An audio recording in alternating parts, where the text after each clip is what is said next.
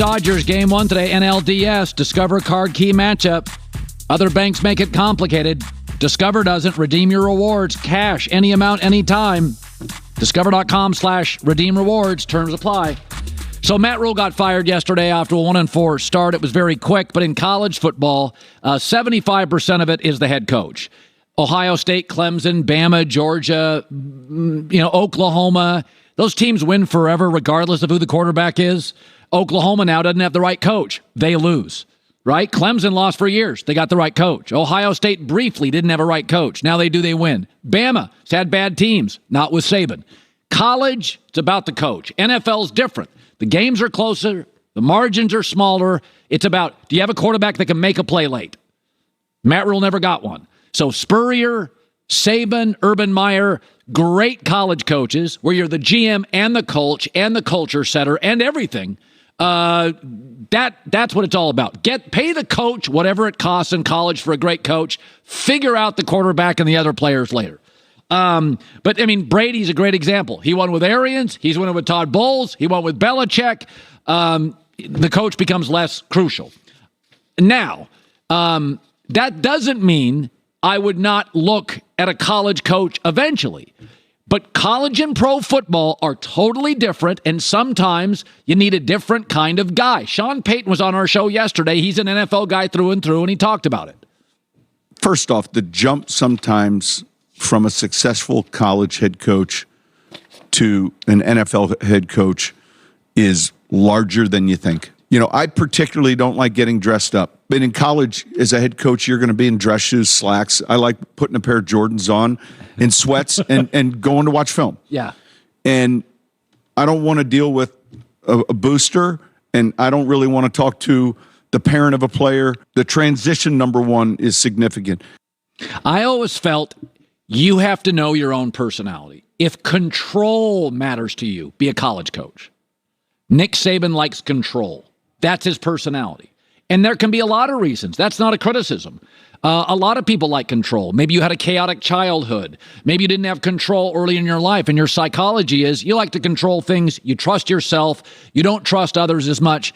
I think if you like control, college is for you. In the NFL, you don't have control. The owner can he can sell you anytime he wants. He can fire you.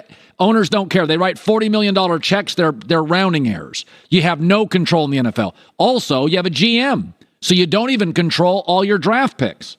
Also in the NFL, you got agents to deal with. So you're going to have to pay a quarterback more than maybe you want, and that means you don't get that number 2 great corner or that second really good running back. So if you're a control guy, and that is not a criticism. Urban Meyer, your Sabans, your Spurriers, they have a personality. They like things their way. They don't want to deal with an owner or a GM. And these guys are the richest guys in their state, highest paid state employees. College is a control game. NFL is just about film. Are you a film junkie? Do you just sit and watch film all day? There are no boosters, no NCAA, no athletic director, don't got to go to banquets, don't have to deal with parents. It is the best football coaching in the world. College football, you're limited how long you can practice. It's like 17 hours a week or 20 hours a week. In the NFL, practice just another hour. And so I'm not against college coaches. But if I was an owner, like David Tepper came out and said, we got to create a culture here. It sounds like he's looking for a culture creator. Go draft a quarterback. You don't have to have the world's greatest culture setter. If you have Justin Herbert or is Zach Taylor create a great culture? I don't know. He got Joe Burrow, and he's got good weapons. I don't know what their culture is.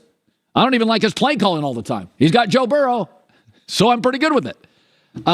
Your culture in pro football is created by winning. Nobody has a great culture in the NFL if they don't win. And nobody in the NFL wins with a C- quarterback. Jerry Jones is talking about the whole winning streak with Cooper Rush. And, Jerry, he likes stoking things. He likes, he's Jerry, likes to talk. Here's Jerry on the winning streak in Cooper Rush. Dak is the number one quarterback. Dak is our guy. But isn't it great that somebody came in and played well enough so that we can ask that question?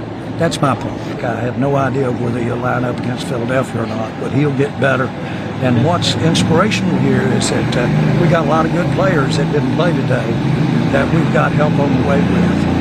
Cooper Rush and the Dak Prescott syndrome, so to speak, that deal is very a fingerprint of this team. You know, what's interesting is for some reason, and maybe it's just the proof I've seen, I have no concern at all that Dak will be bothered by this. I think Aaron Rodgers would. I think Big Ben would. I think maybe Kyler Murray would. And those are guys, to me, are more talented than Dak.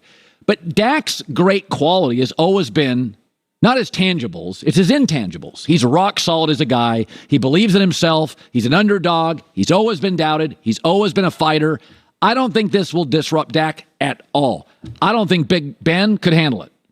By the way, I don't think Aaron Rodgers would love it. I don't think Kyler Murray would love it based on their personality. You know, the other guy that I thought handled it well was Drew Brees. Another guy who's a little small, doubted, moved. So I think what's amazing about the NFL is half of the league, half of the players are undrafted. Think about that. In the NBA and baseball, after the first round, you run out of players. You can name on one hand the great all-time second-round players. Half the NFL is undrafted. And look at how many great players were not even offered multiple college scholarships. The best receiver in the NFL may be Cooper Kupp. No Division I offers. I think the best receiver is Davante Adams, Fresno State. Pac-12 ignored him. The best quarterback is Patrick Mahomes. Longhorns, Sooners, no thanks. Texas Tech. The second best, Josh Allen. Wyoming, no college scholarship offers. His dad had to send out tapes. Cooper Kupp, Davante Adams, Josh Allen, Patrick Mahomes. What makes the NFL really unique is upstairs. Nobody's tackling basketball players. Nobody's tackling baseball players. There's a physical component and an emotional toughness with this sport that really separates. It's amazing when you look at quarterbacks that thrive in this league, how often historically they went to non-football powers. Big Ben didn't. Aaron Rodgers didn't. Look at them. Look at a lot of these successful quarterbacks. Jalen Hurts was doubted. You know, a lot of them. And I think the toughness of Dak, above the shoulders, rock solid. There's no diva with Dak Prescott. Fourth rounder, Mississippi State. Everybody's always doubted. It's like Drew Brees. Texas not interested. Goes to Purdue, right? Like a basketball school. And so I don't have any concerns with him coming in. My only concerns with Dak have always been when you think as an organization he can carry average players. That's the concern. That's not what he is. What he is a guy that can stabilize you, give him protection in a running game. He's not going to make mistakes. He's tough. He's reliable. He'll be there for you.